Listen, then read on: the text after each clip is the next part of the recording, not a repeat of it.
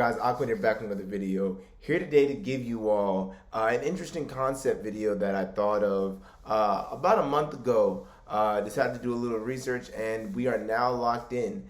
So we often talk about, 3 album runs in hip hop history. Of course, I think the greatest one of all time for hip hop is, Kanye's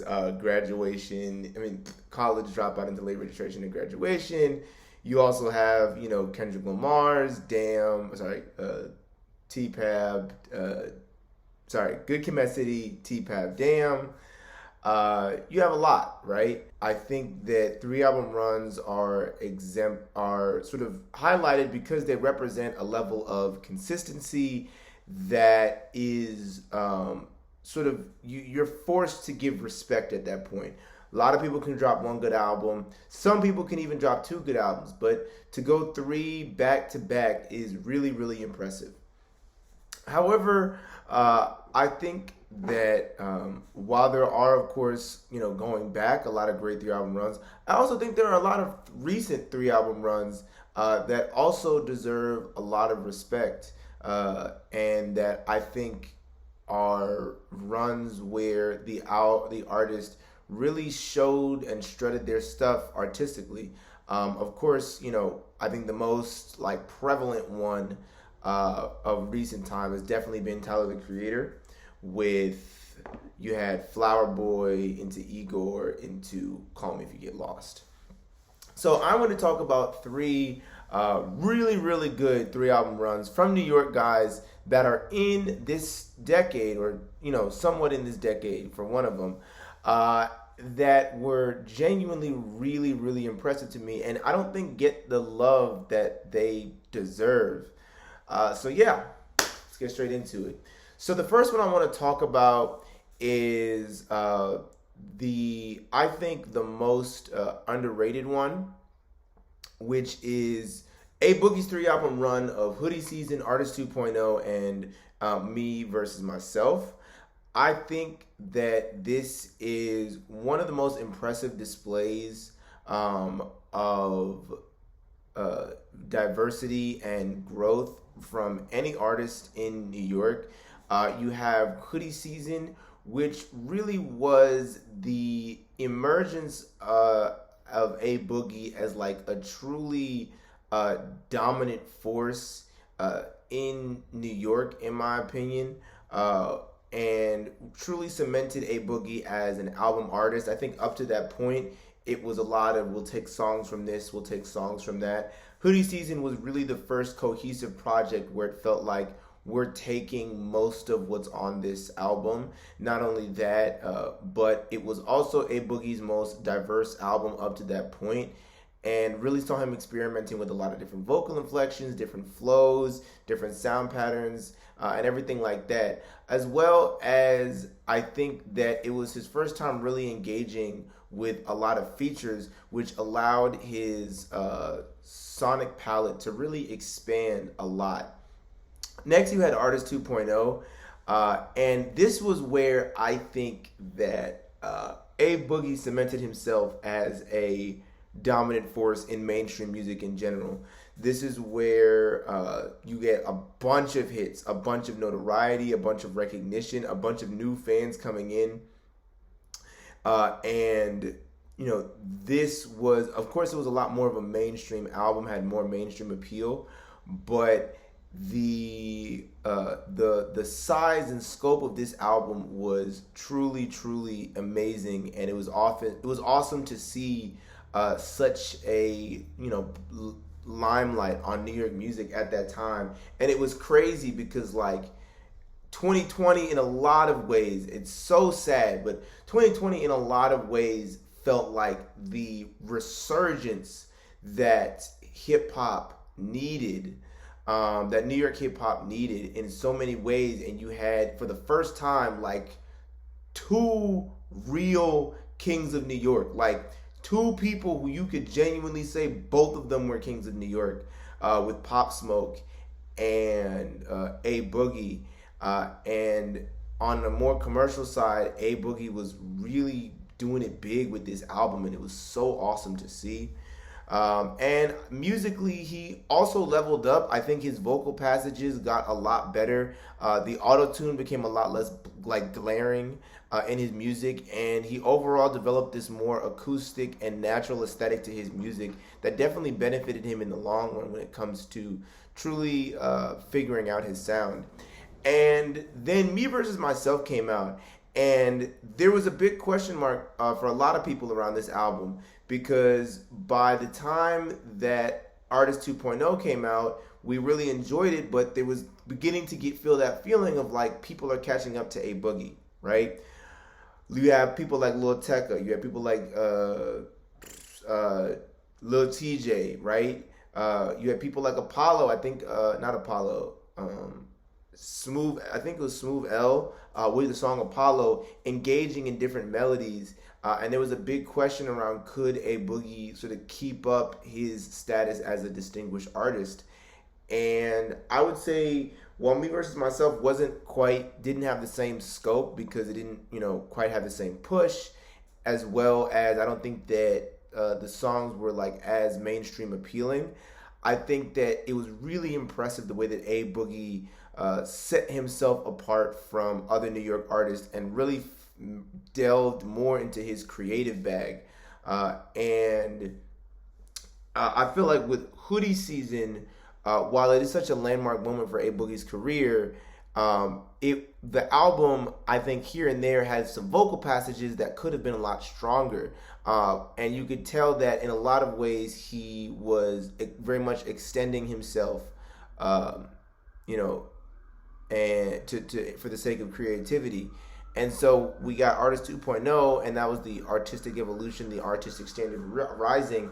And I think for Me Versus Myself, we got back to that creative A Boogie, but with this new level of artistic standard, and it made for arguably the best in the trilogy. I know that's very, very controversial, but definitely the most consistent out of the three. And while I don't think it hit the high highs of Hoodie Season, nor did it have the mainstream appeal of, an Artist 2.0, what A Boogie accomplished on this project was truly exemplary. 22 songs, dang near no misses. And, I was thinking about this the other day, like you compare this Artist 2.0 or Me Versus Myself to like a Scorpion, same concept, but A Boogie just does it so much better.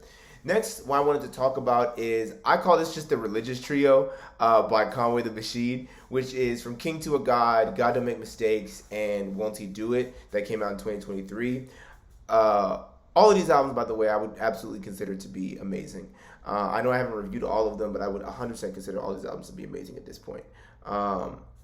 And so, with Conway, it's so impressive because similar to A Boogie, you can see his growth as an artist and how each album represents a different point in his career. I remember him saying on From King to a God, like this was his debut album. And it's weird because there's a lot of albums he has before that, or there's a lot of projects he has before that. But I can see that in the sense that like this was definitely his first project that felt like an album. And you can tell that Conway at this point was so competitive. And so the bars, the similes were really on like a top tier level. It was really amazing. The beats were luxurious. And you could tell that he was really itching to fight for that title of Best in New York, Best in Griselda, Best in, Best Lyricist, whatever, with incredible penmanship. This would be the way he used the features, the way that he did all that. It was really him testing himself, right?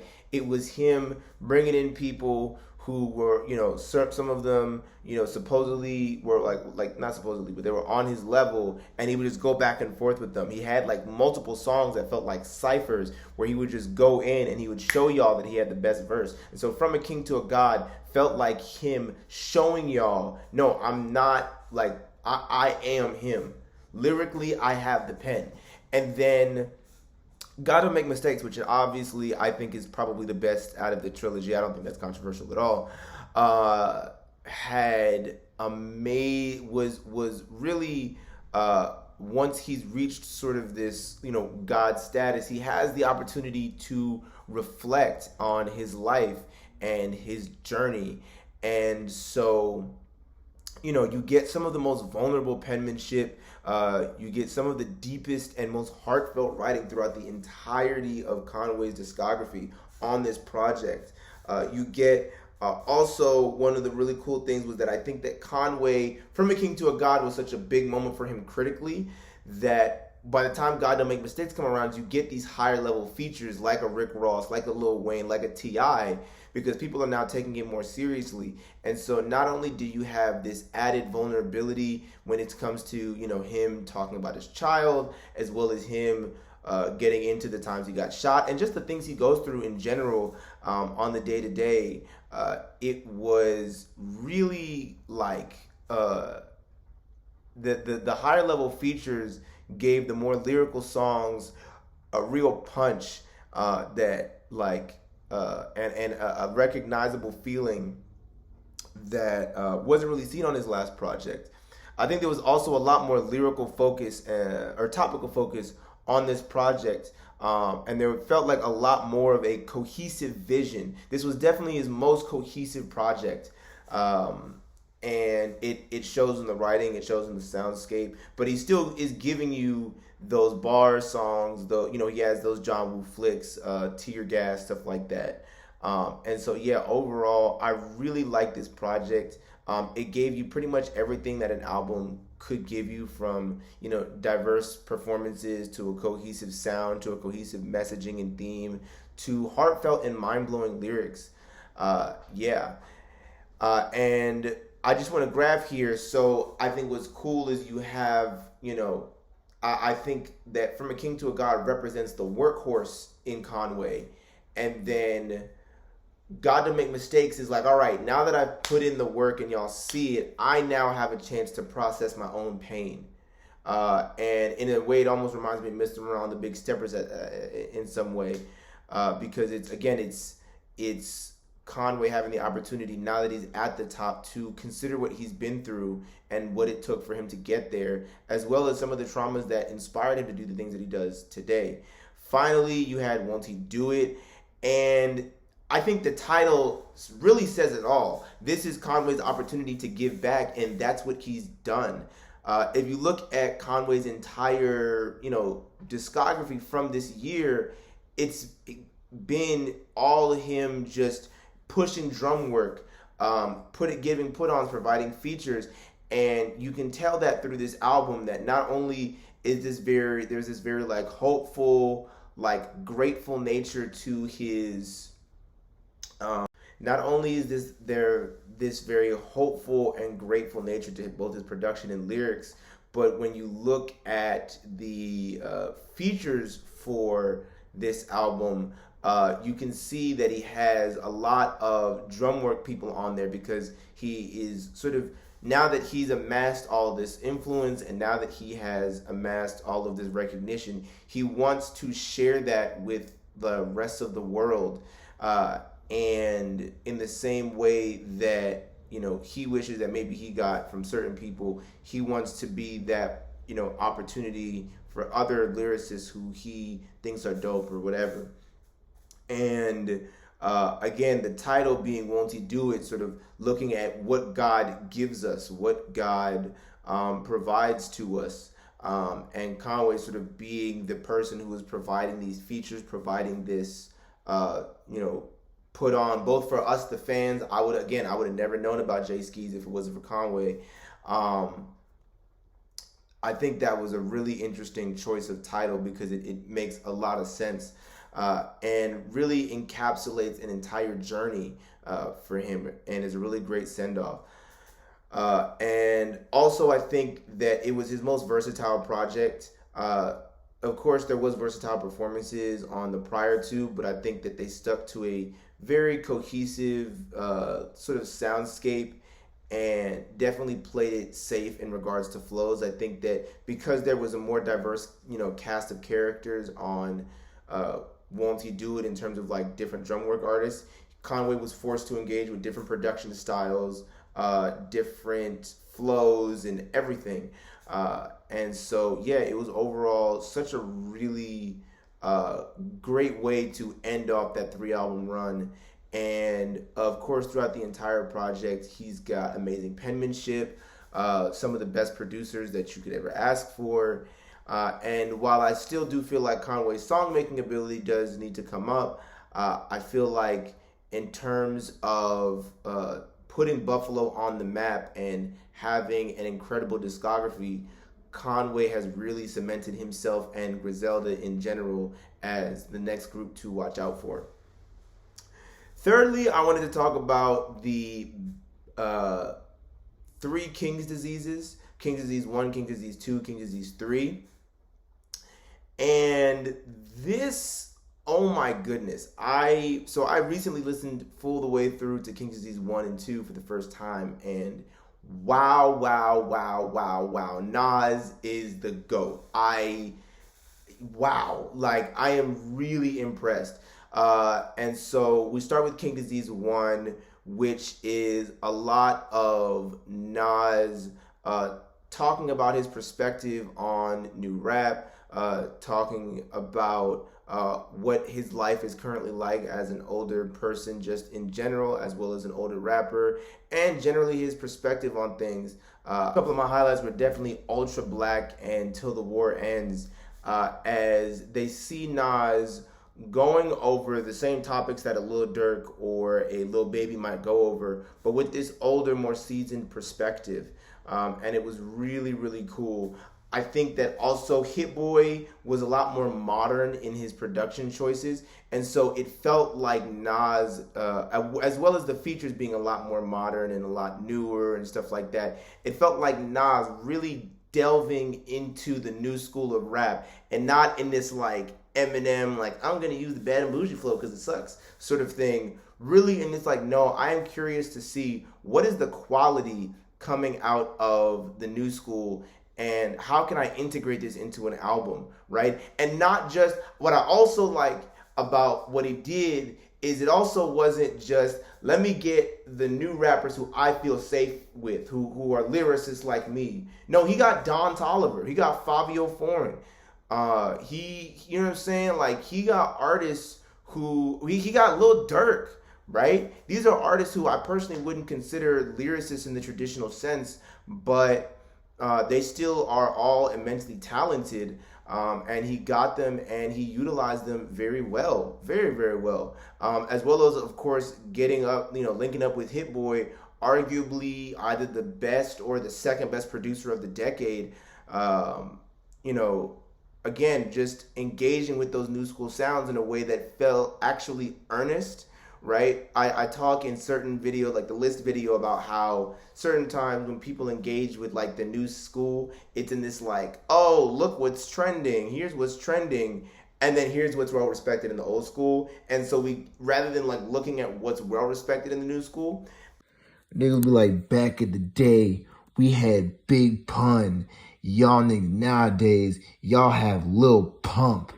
As if like those artists ever hold or held the same level of respect in any way, or as if they were even like, as if like genre-wise they're even close to each other. Like, it doesn't make any sense. But I feel like with Nas, he really took the time to see what was well respected in the new school, and that was really, really dope to see. Both from a production standpoint and from a feature standpoint. Really enjoyed that. King Disease 2 was a blast of the past. Hit Boy really engaged more with the boom bap sound on this one. It was a bit less features on this one as well, and the features that we did get, such as Lauren and EPMD, were again from a more bygone era. One of the flaws I will say with King Disease 1 is I'm kind of mad because, like, I love the people that he got, but I feel like they didn't show their shit like they should have. Like, Don Toliver, like, I feel like Scrape It Off was a better chorus than what he gave. It wasn't a bad performance. I just felt like you, come on, like, you made Scrape It Off, bro. Like, you made Can't Say, bro. You could do better than this. Favi, I felt like his verse was pretty weak on Spicy. Lil Durk, I feel like he could have came harder. Like, he got the right people, and I really respect that. But I wish that like the people actually took it more serious, you know. But anyway, so King Disease 2 rolls around. This is a lot more old school aesthetics. Hit Boy is definitely meeting Nas more where he's comfortable. You can tell with the flows, you can tell with the cadence that Nas is a lot more comfortable.